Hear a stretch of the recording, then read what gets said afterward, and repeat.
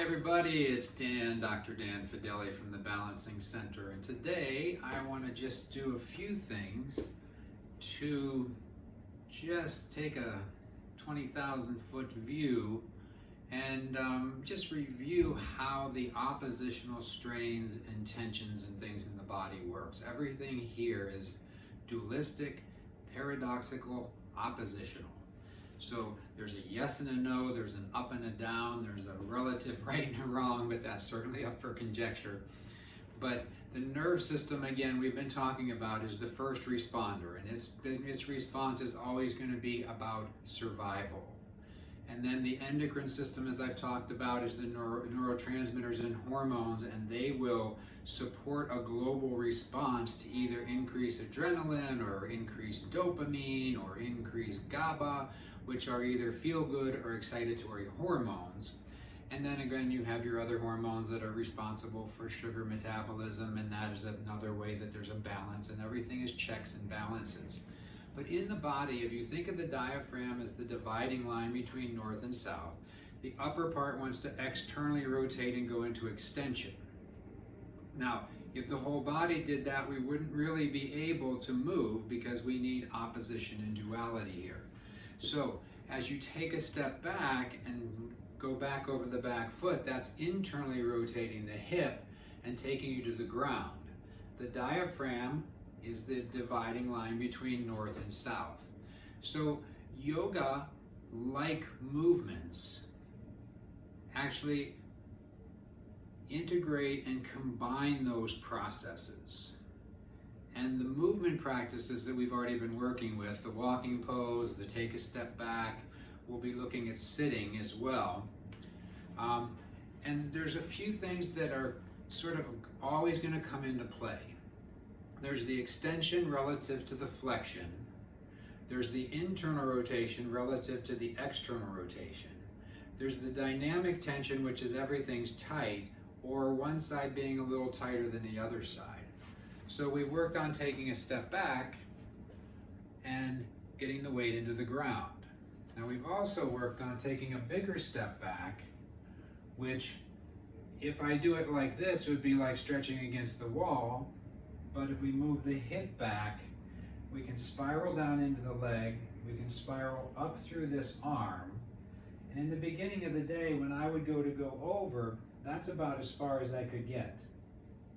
But if I come up, put this other leg here, do a rock and roll, that's that arch your back forward and round your back back and arch your back forward. I drop down a little bit more, maybe straighten my legs a little bit. I'm not actually trying to stretch them, but I'm engaging the length and the shortness. And then I come to here, I take this leg back, and what you want to do is shift the hip back so that the back leg is spiraling into the ground, the front arm is spiraling forward. Now we've looked at this as the walking pose. But when you take it into a forward fold, notice that this time my body was able to release my lower back because I've already taken the tension and the strain and allowed it to follow through those rotational movements. Now when I come up here, I can go into a much deeper squatting movement without lifting my chest and going into strain. I also have a knee injury that normally wouldn't allow me to do that. Now I go back with this first leg that I had done before. I shift the hip back. I do the oppositional rotations. I do the forward fold. If I drop down onto this knee and keeping the hip back, keeping the shoulders down, and bringing this arm up, again, thumb goes back toward the back because it's an external rotation. Hip stays back. That's basically the rudiments or the basis of a warrior one in yoga. A lot of times in yoga, people do warrior poses by hyperextending, and it feels good to stretch this, but it's better to shift that hip back, keep the shoulder down. If I put this foot back a little bit of an external rotation of the foot and come down here and do a twist and turn, I can go into a triangle pose. if I come up here, that would be like a warrior two.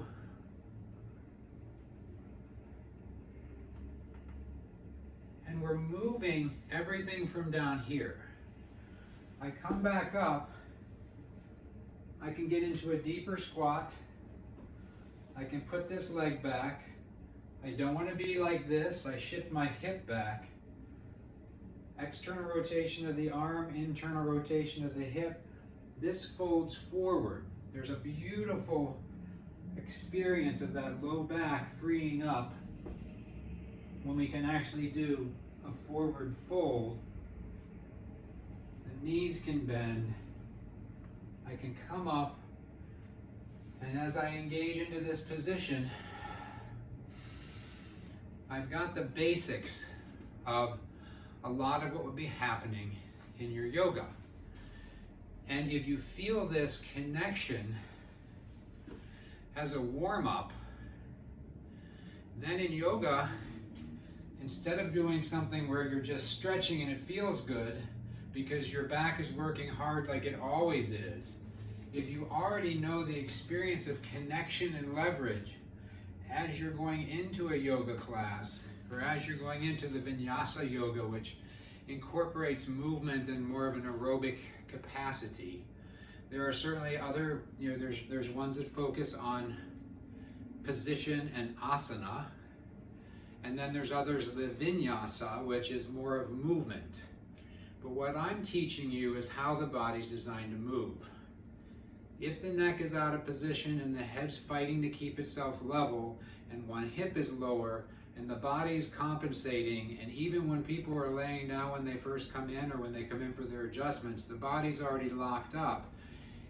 A lot of these other practices, and we'll be looking at weight training on another video, as a way to use the weight training as a way to challenge the system's normal responses. With the yoga, it's a lot about oppositional rotations and balancing the flexors and the extensors. So when you're staying in the frame, it's not about lifting your chest up and standing really tall. You want to keep the rib cage connected to the pubic bone, your tailbone dropping, an internal rotation of the hip, external rotation of the arm.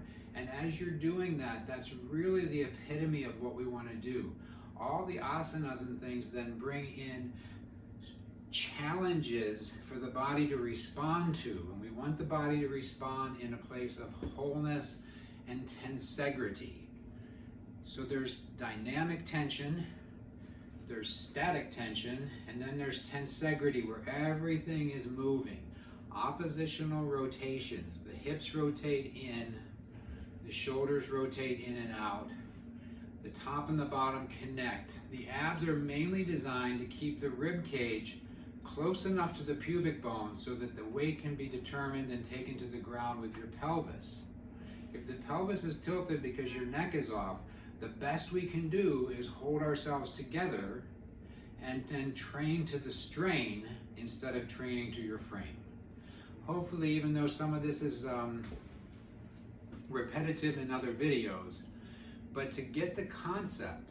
And then when you notice when you're in or out of alignment with your upper cervical area, how much of a difference it makes on your body's ability to do this. So God bless us all, and hopefully you're staying happy and sane.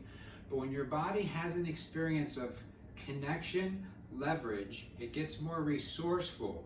And then therefore the environment on the outside doesn't have as much of an effect on you because your body's coming from a place of wholeness, connection, and leverage. Builders need leverage, traders need leverage, bodies need leverage, and it comes from oppositional rotation and flexors and extensors working synergistically but antagonistically at the same time. We'll be back.